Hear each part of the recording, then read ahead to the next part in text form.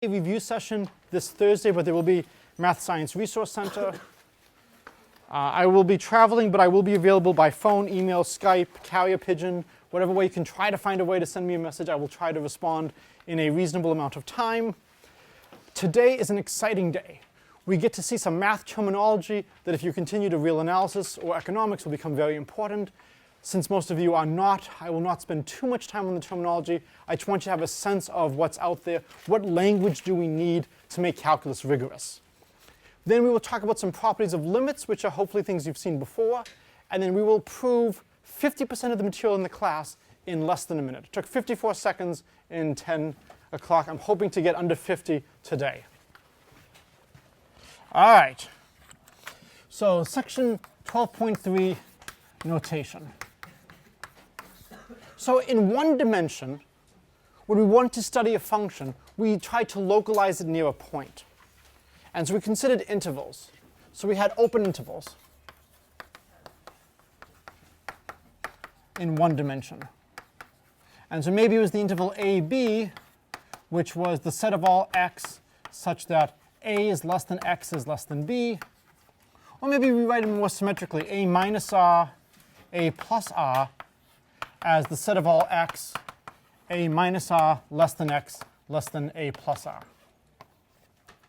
And so for the latter, here's my point A, here's A plus R, here's A minus R.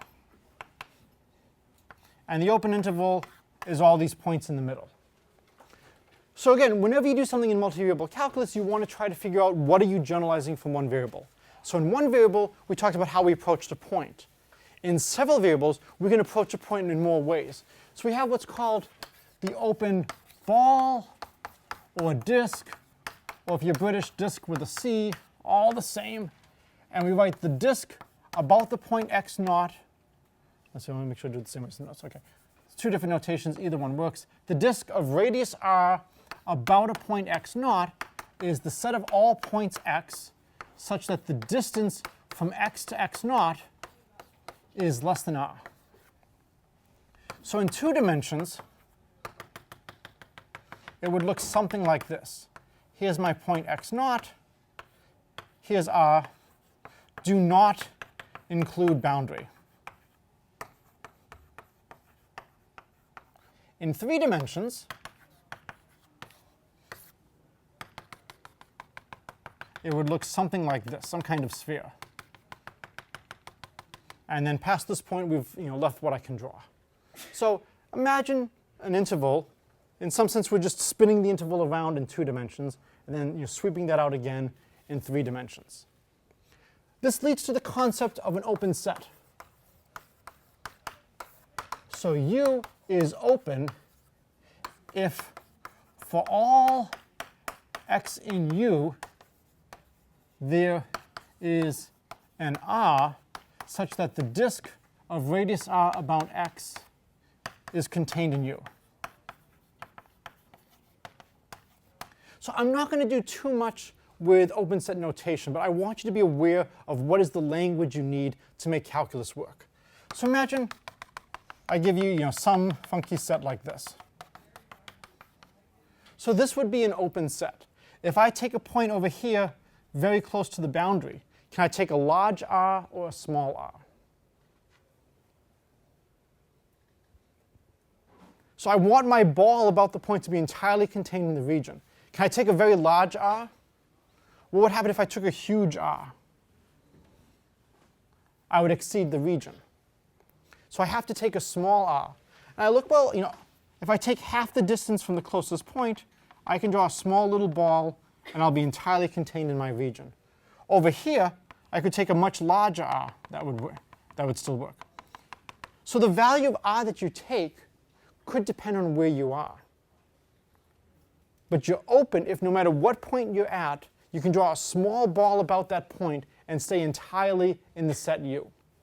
So if you think about it, if you're driving from Boston to Baltimore, and you want to know what's going on halfway between New Haven and New York, doesn't matter what's going on at New York. It doesn't matter what's going on near New Haven. All that matters is what's going on near you. Is you want to localize your description to the point of interest. This is to just give us the language to localize. And we say a set is open if no matter what point I take in it, I can take a small set, a small ball about that point, and still be in my set. So not all sets are open. Example of a non-open set. Let's consider the set of all pairs x, y such that x squared plus y squared is less than or equal to 1. So what kind of object would this be? X squared plus y squared less than or equal to 1.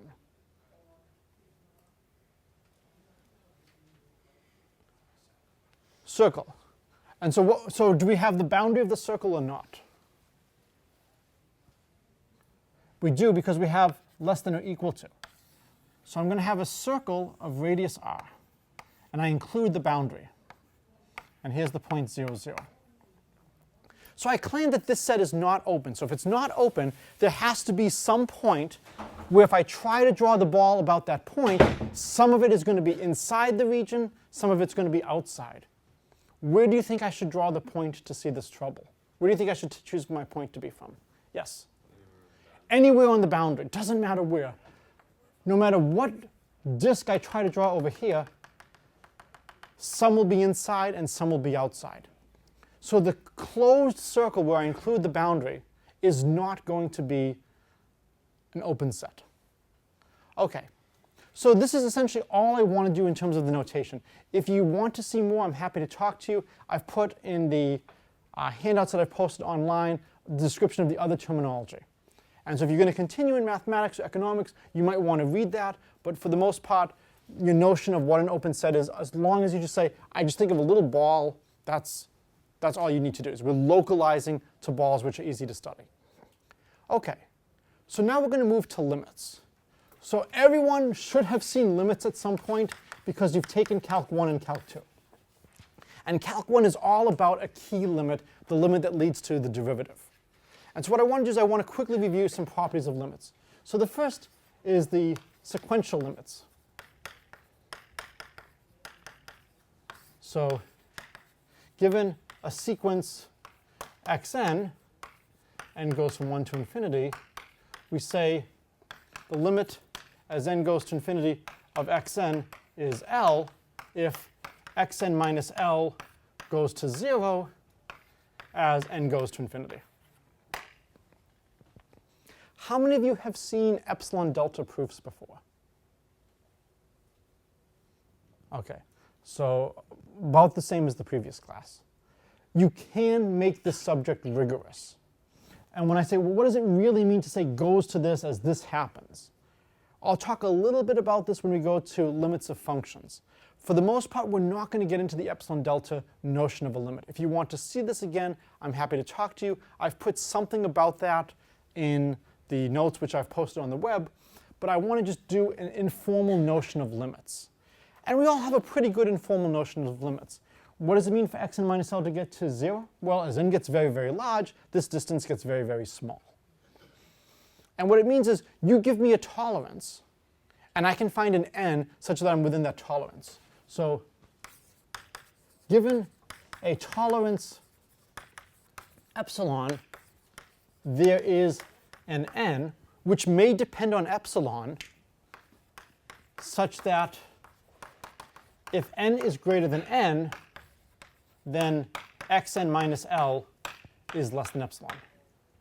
So I want to be within 1/trillionth of L, fine. Take any n at least this large and you will be within 1/trillionth. I want to be within 1/quadrillionth, fine. Take this n, and anything larger than that will work. So for example, if I let xn be negative 1 to the n over n, my sequence is negative 1, 1/2, negative 1/3, 1/4, negative 1/5. What's the limit? So what would the limit be? 0. And as I'm getting larger and larger and larger, we see these numbers are getting closer and closer and closer to 0. Okay, so then the question is, what about a function? So limits of functions. We say the limit as x goes to x naught of f of x is L if f of x minus L goes to 0 as x goes to x naught. And so if we draw a plot to see what's happening, here's my x naught. Here's something like this. Here's my L. And maybe here's my tolerance, L minus epsilon, L plus epsilon.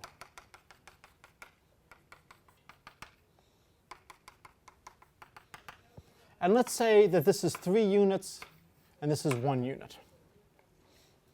So what we see is that if you believe that the limit is L, as long as I'm within this interval, I am within epsilon of L.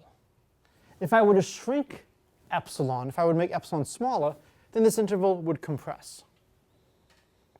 If you look at this, I can go further to the left than I can to the right.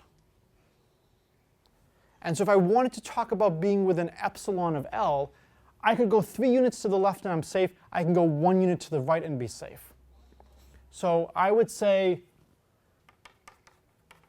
I would just go 1 unit to the left or right. As long as I'm within 1 unit of x naught, I'm within epsilon of L. Even though I could move further in this direction, even though I can move further to the left, I can't move as far as 3 units to the right. I won't be within epsilon anymore. So I have to take the minimum. So again, for the most part, we're going to do informal notions of limits. There's something very important going on here, which may not be emphasized enough in a calculus class. So this is going to sound foolish, but what does it mean to say x goes to x naught? What does it mean to say x approaches x naught? It's almost the same as repeating me, right?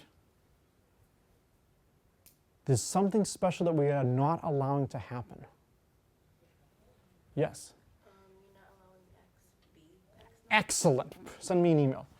X is never x naught. And this comes back to calculus. We're not allowed to divide by 0. We can't understand 0 over 0. So when we do the definition of the derivative, f of x plus h minus f of x over h, we never allow h to be 0. We take the limit as h gets closer and closer and closer to 0, but without ever actually being 0.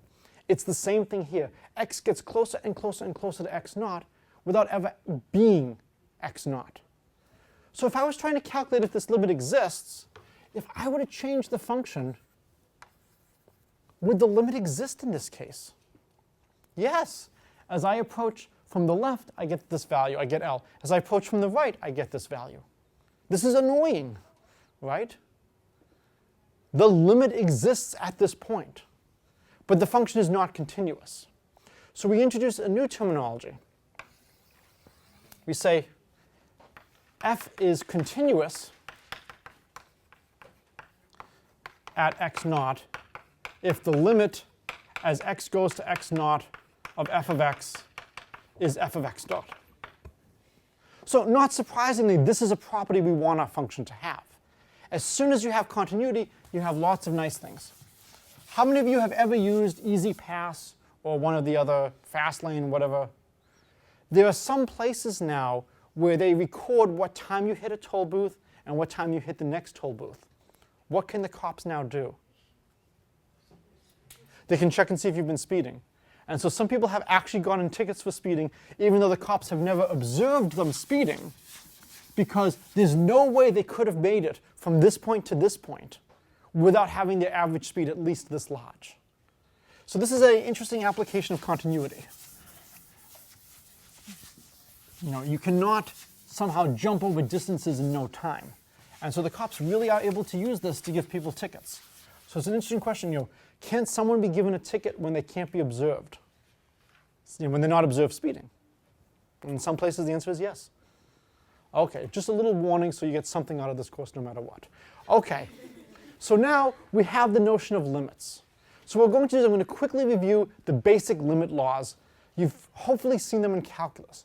Most of the limit laws lead to calculus theorems. They lead to the constant rule, to the sum rule, to the product rule. Well, not really the product rule, unfortunately. The product rule and the quotient rule are annoying. And we talked on the first day of class that if we could rewrite the laws of mathematics, we would make the product rule and the quotient rule better. We can't. They do not follow directly from the product quotient rules. All right. So limit laws. One of the things I want you to get out of this class is natural questions to ask whenever you see something. Whenever a new concept is defined, your first question should be, does it exist? So if I give you some function here, does the limit exist? That should be your first question. Anybody have a thought of what your next question should be? So after existence, the next question is uniqueness. Can it have two different values? And so the first limit property is uniqueness.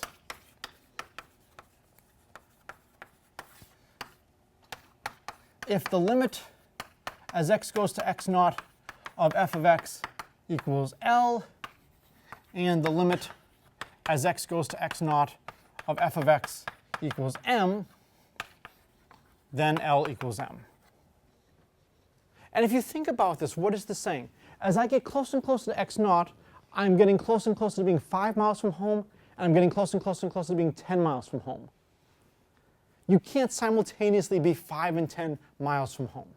So if you try to plot it, here's x naught, here's L, here's m. I just choose my tolerance to be smaller than the distance, than half the distance from L to m. And so I've got to be close to this point, I've got to be close to this point. You know, there's no way to be simultaneously close to these points if they're separated. The only way this can happen is if L equals m. Okay, the next one is the constant rule. So for the constant rule, let C be a constant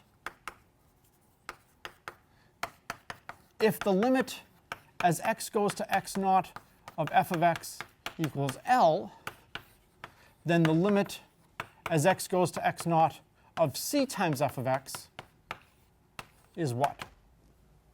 What would you guess?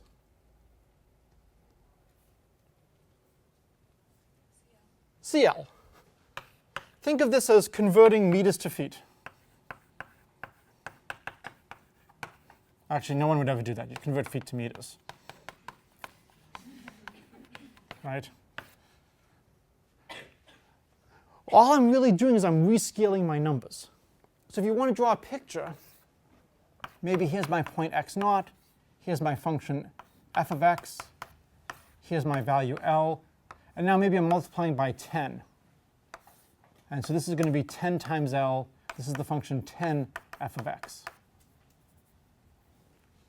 And so all I'm doing is if I multiply every value by c, then the limit is multiplied by c. Okay, that's it for pictures. 3, the sum rule. And this is sometimes not done correctly in earlier classes.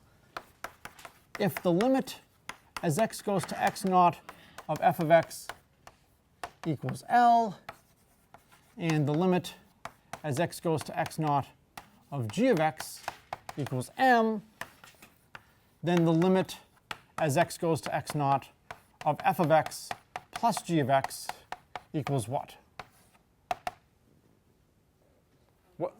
L plus m, right? And if you think about this, as I get close to time x naught, f is very close to L, g is very close to m, f plus g is very close to L plus m. This can all be made rigorous. I can spend 5 or 10 minutes rigorously proving this with notions of tolerance and whatnot. Nobody would want to see it, so I'm not going to go through this. But if you do want to see it, I am happy to do it privately. Okay, what should come after the sum rule? So instead of considering the sum of two functions, what's the next natural thing to consider? The difference. And in fact, some people say the sum difference rule or the sum diff rule so as not to split it up into two cases. 4. Difference rule. Replace the plus sign with a minus sign. Okay? Now, one thing that's very important to note here is I'm assuming these limits exist and are finite. I am not adding infinity plus infinity. I don't know what infinity plus infinity is. In the notes to the class that I've posted online, I show you how infinity plus infinity can actually take on any value you want. If there's time later today, I'll actually prove to you that 0 times infinity is -1 in a special case that you've seen before. You've got to be very careful when you have certain undefined operations. So here, as long as everything is finite, everything is okay. All right, now we've done the sum rule, we've done the difference rule. Next, product, right? It's also probably the same order as over there. Product rule. And so for the product rule, if the limit as x goes to x naught of f of x equals L, and the limit as x goes to x naught of g of x equals m, then the limit as x goes to x naught of f of x, g of x, is just L times m. And if you think about this, as I get close to x naught, then f of x is very close to L, g of x is very close to m, their product is going to be very close to L times m. All right, what do I change for the quotient rule?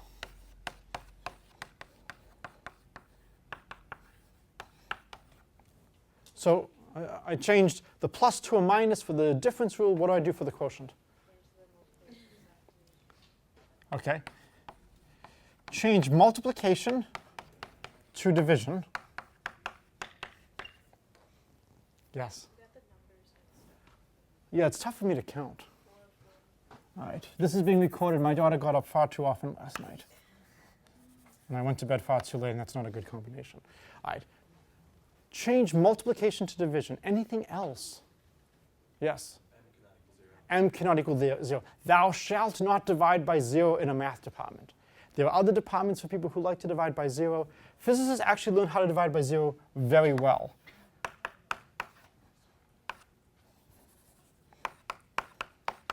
Okay, so it's very important to remember that m is not 0.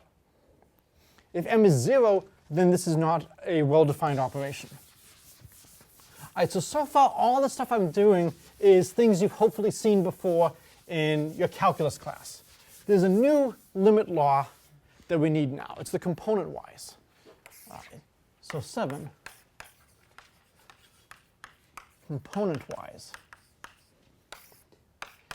If the limit as x goes to x naught of f of x of f sub I of x equals L sub I, then the limit as x goes to x naught of the vector f1 of x, f2 of x, dot, dot, dot, fn of x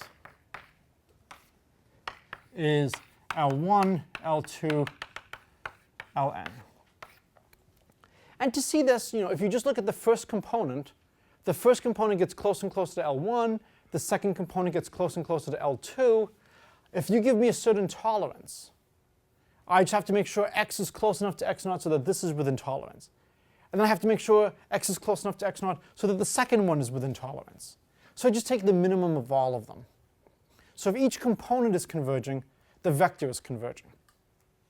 Okay, any questions on what we've done so far while I make a quick plug to Coca-Cola, great company?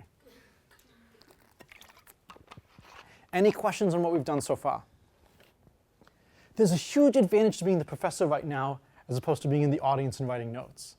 I can do the multivariable analog of this in essentially 20 seconds. Put arrows over everything. Right? Boom. Limits exist and are unique in several variables as well. So imagine you're approaching the point Atlanta, Georgia. Right? No matter how you approach it, if the limit exists, the limit exists. You can't get two different temperatures in Atlanta, Georgia. Limits are unique. So everything we said before holds here. All right? So I'm approaching Atlanta, Georgia. I have a certain temperature. I convert from Fahrenheit to Celsius. I just multiply again. Sums. And again, wonderful being on the blackboard. I don't even have to do anything with number 4. All right, number 5, again, just put on arrows. If we had 16 weeks, I'd write it all out again, but okay, so just put on arrows, same as before. What about the last one? if I want to, I can still put on arrows. You know, this is just some number. So these will just be some numbers. So there's the multivariable calculus analog. It follows identically from one variable. Right? This is time now for, you were all given beautiful original artworks from Kayla, her preschool 2 friends, and some of the teachers. The teachers are quite curious to see if any of you can identify which ones were done by the teachers as opposed to 3 to 5-year-olds. So, you know, it looks something like this. I think it was Karate Kid 2 when Daniel-san goes to Japan with Mr. Miyagi. How many of you have seen Karate Kid 2? And you have this, the beautiful stick figure like this, and this is the secret to Miyagi karate. This is the secret to Calc 3. If you understand this picture, you understand all of Calc 3. Okay? So imagine I live in a one-dimensional world and I decide I need to go to the keyboard over there and send an email. What's going to happen? I can't reach it. Right? There's only one way for me to move in one dimension. I can move up, or if you want, I can move up and I can move down. I'm trapped like this. In 2 dimensions, however, after a while I figure, oh, I can just go like this. Or go, wait, maybe I should have gone around the other way. No, actually it was better to go this way because I'd already started. But then you've already moved your feet, and that was really polite of you to move your feet, so I'll go like this. Okay? And I made it here. I don't have to take the most direct path there. I can take any path I want. This is the whole point of the scribbles. When you say a limit exists in several variables, that means a lot more than saying the limit exists in one variable. In one variable, yeah, great. You go this way, big whoop, right? Saying the limit exists, you're only talking about 2 paths. In several variables, no matter what path you take, the limit has to exist. Maybe I decide to take some kind of spiral path coming in like this. And every now and then I just go out like that and spiral again, and I go out not quite as much, and something like that. I have to be able to handle any path like that.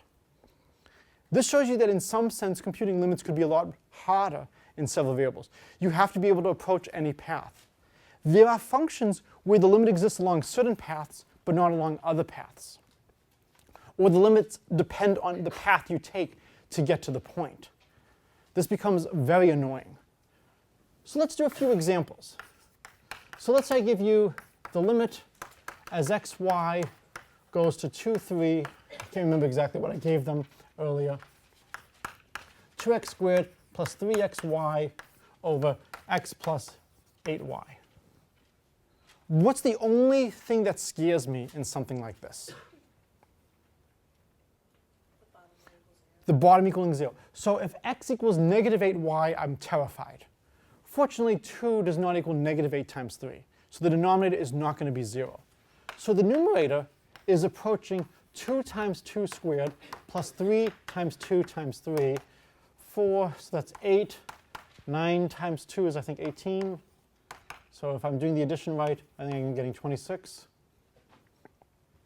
The denominator is approaching 2 plus your 8 times 3 is 26. So what's the limit? The limit is 1. I'm going to write 1 as 26 over 26, which then simplifies to 1. This is the level in which you need to be able to calculate limits for this class. Is, so long as you don't have 0 over 0, infinity over infinity, what does the top look like? What does the bottom look like? All right, well, obviously then we're going to have to study 0 over 0. When is the most likely case to see 0 over 0? When we're calculating derivatives.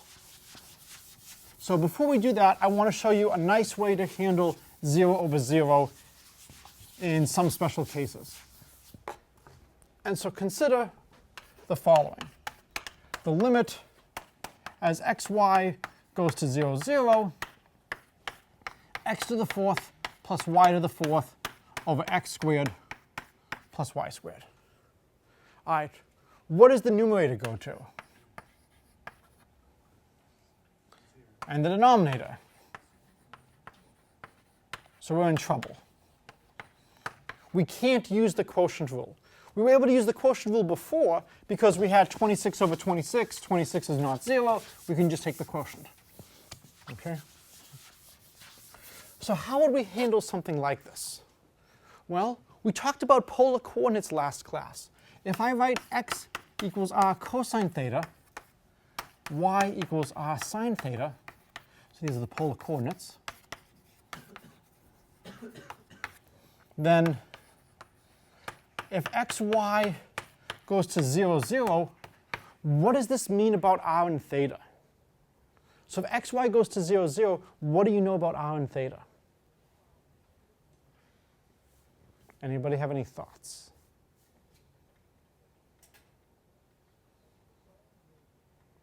So how far is the point xy from the origin?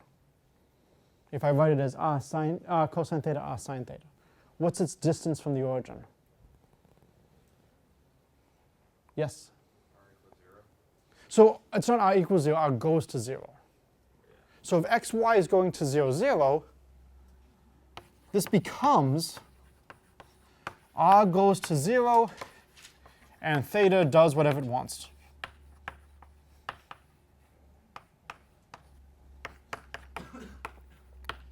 Because the distance this point is from the origin is just r. Okay? Theta tells me where I am along a circle of radius r.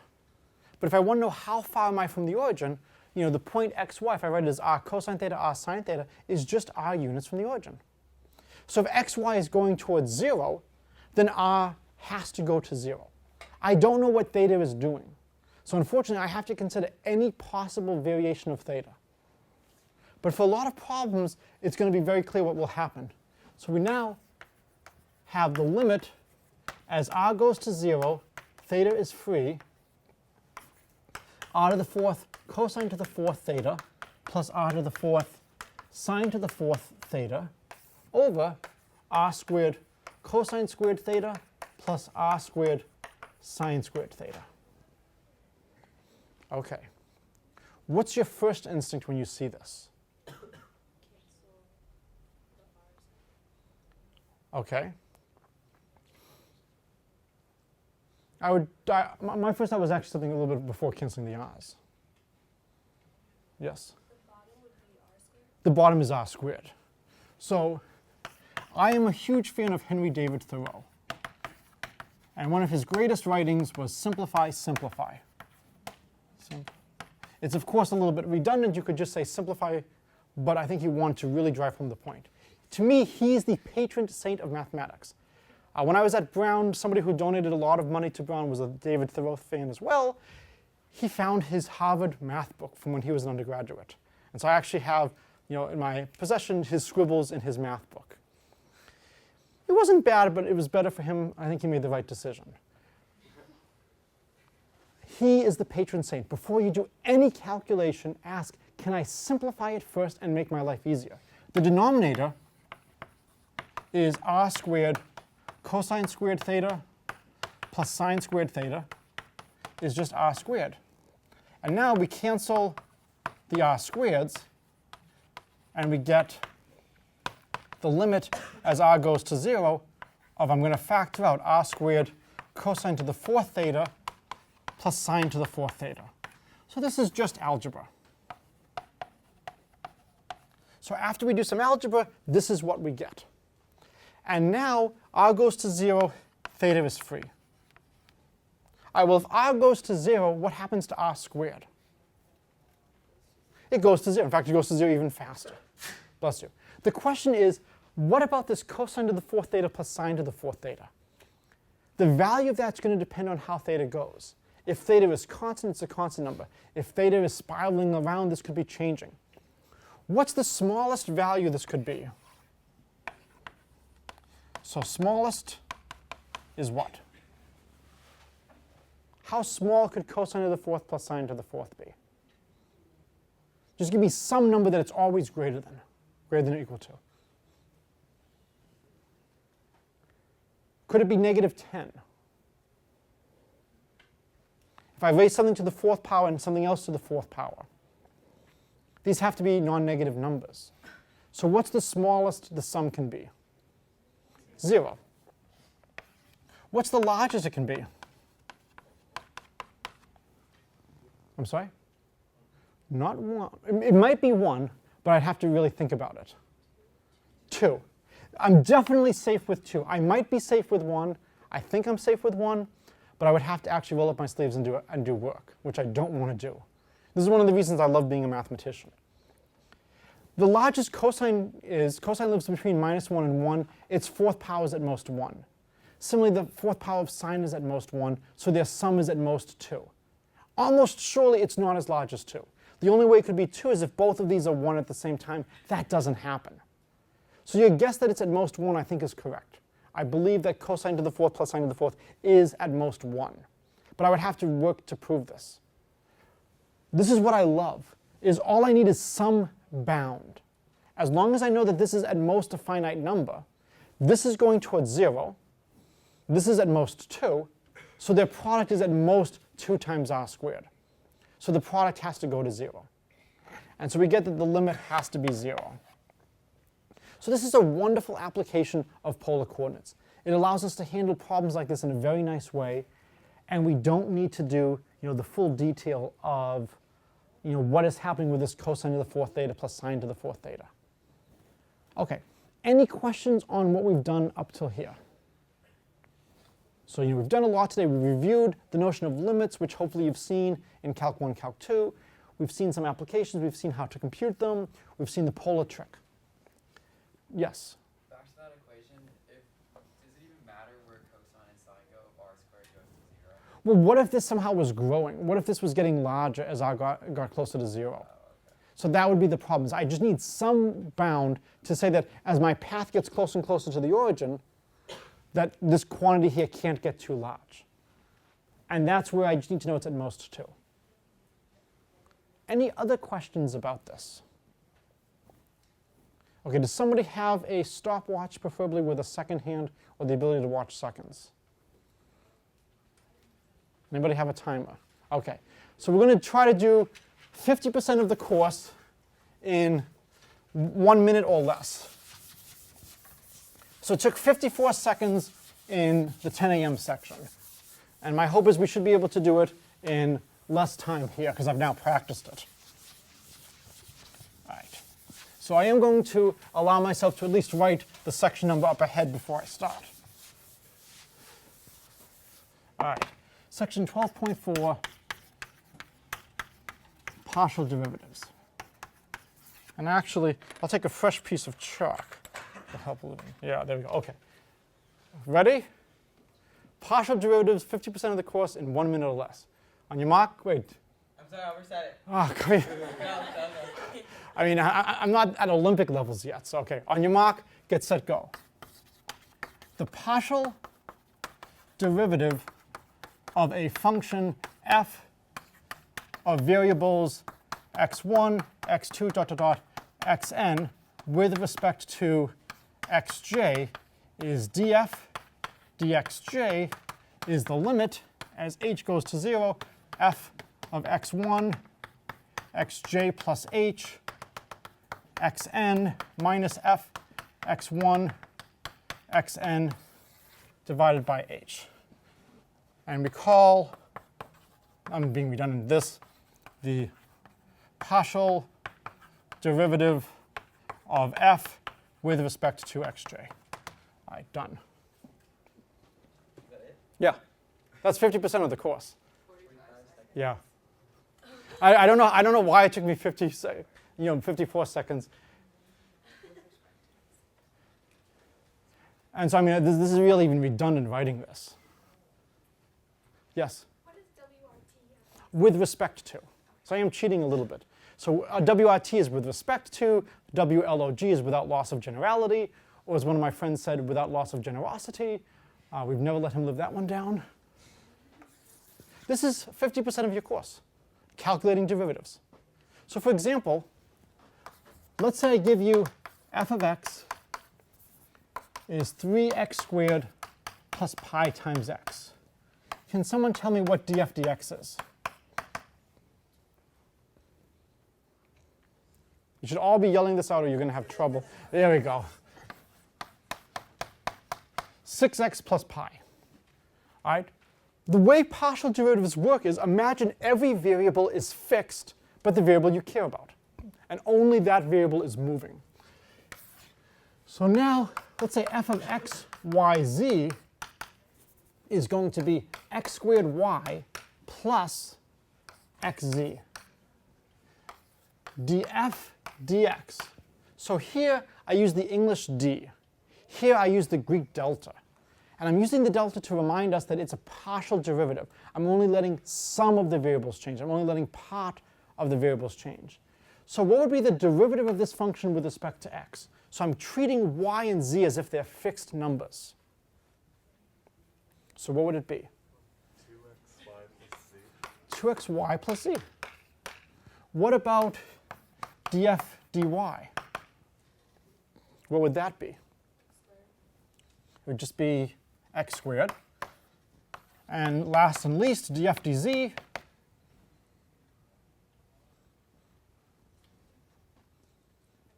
Just x. You've learned how to take partial derivatives. Congratulations. That's 50% of the course in some sense. Integration is harder. I can't do that in a minute. Notice if y equals 3 and z equals 2, then df dx is 6x plus pi as before. Okay? So, if I take then special values, this looks like a function of one variable. You know how to differentiate a function of one variable. To take the partial derivative, you just consider all the other variables fixed, other than the one you're looking at.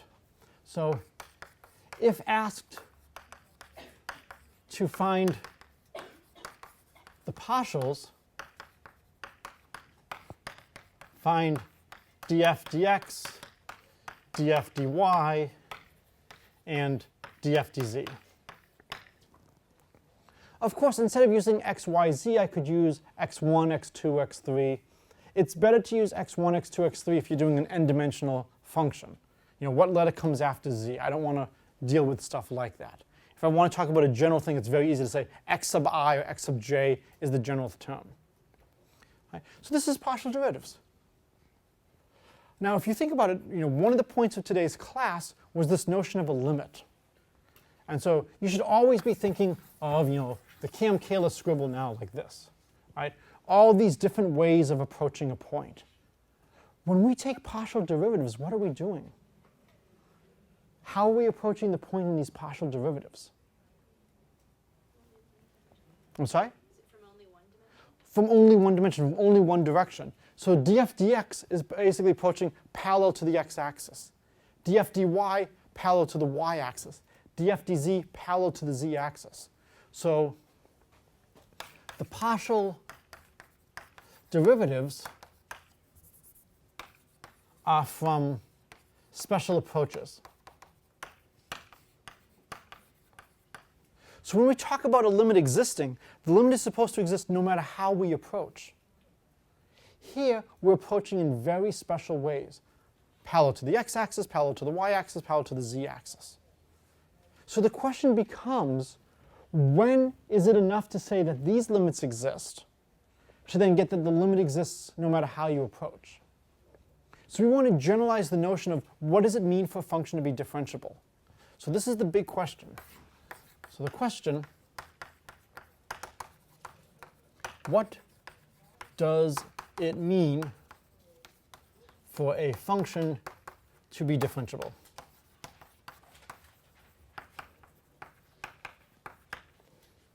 It turns out, we will see later a function where all the partial derivatives exist, but the function is not differentiable. So just because the partial derivatives exist does not mean the function is differentiable. What about in one dimension? If the partial derivatives exist in one dimension, is the function differentiable?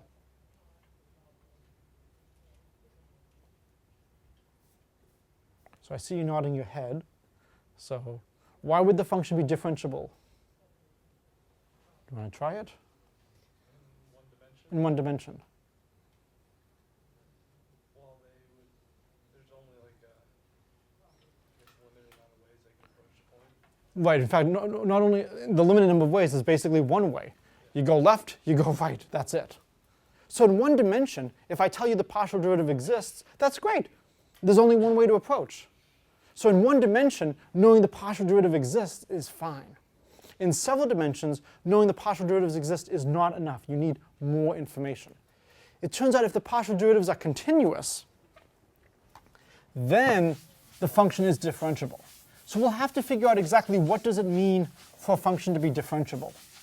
And so we haven't really defined that yet.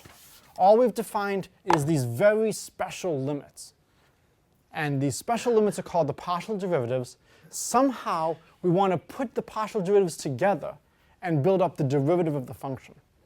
And in Calc 1, Calc 2, we saw all these consequences of knowing the function is differentiable. There will similarly be consequences in several variables. But we have to figure out what's the right definition. You do not want to spend the rest of your life checking all possible paths. There's infinitely many paths to take in 2 dimensions. 3 dimensions is even worse. The wonderful theorem is if your partial derivatives are continuous, all you have to do is compute these 3 paths and you know the derivative.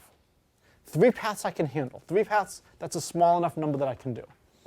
Okay, so what I want to end today with is the dangers. So there's a couple of things we're not allowed to do. One of them is 0 over 0. Right? What else do we have to stay away from? We can't do 0 over 0. What else is bad? Sorry? Infinities. So infinity over infinity is bad. Infinity minus infinity is bad. 0 times infinity is bad. So for example, imagine I take the limit as x goes to 0 of x to the a over x to the b. If a is greater than b, we get 0. So think of it as x squared over x. So if a is greater than b, I have the limit of x, right? If a equals b, we get 1. If a is less than b, we get infinity. So unfortunately, 0 over 0 can have many different meanings depending on how the different quantities are approaching infinity. Which one is approaching, or 0, which one is approaching faster? So what I want to do is we have about 2 or 3 minutes left. I want to prove to you the following.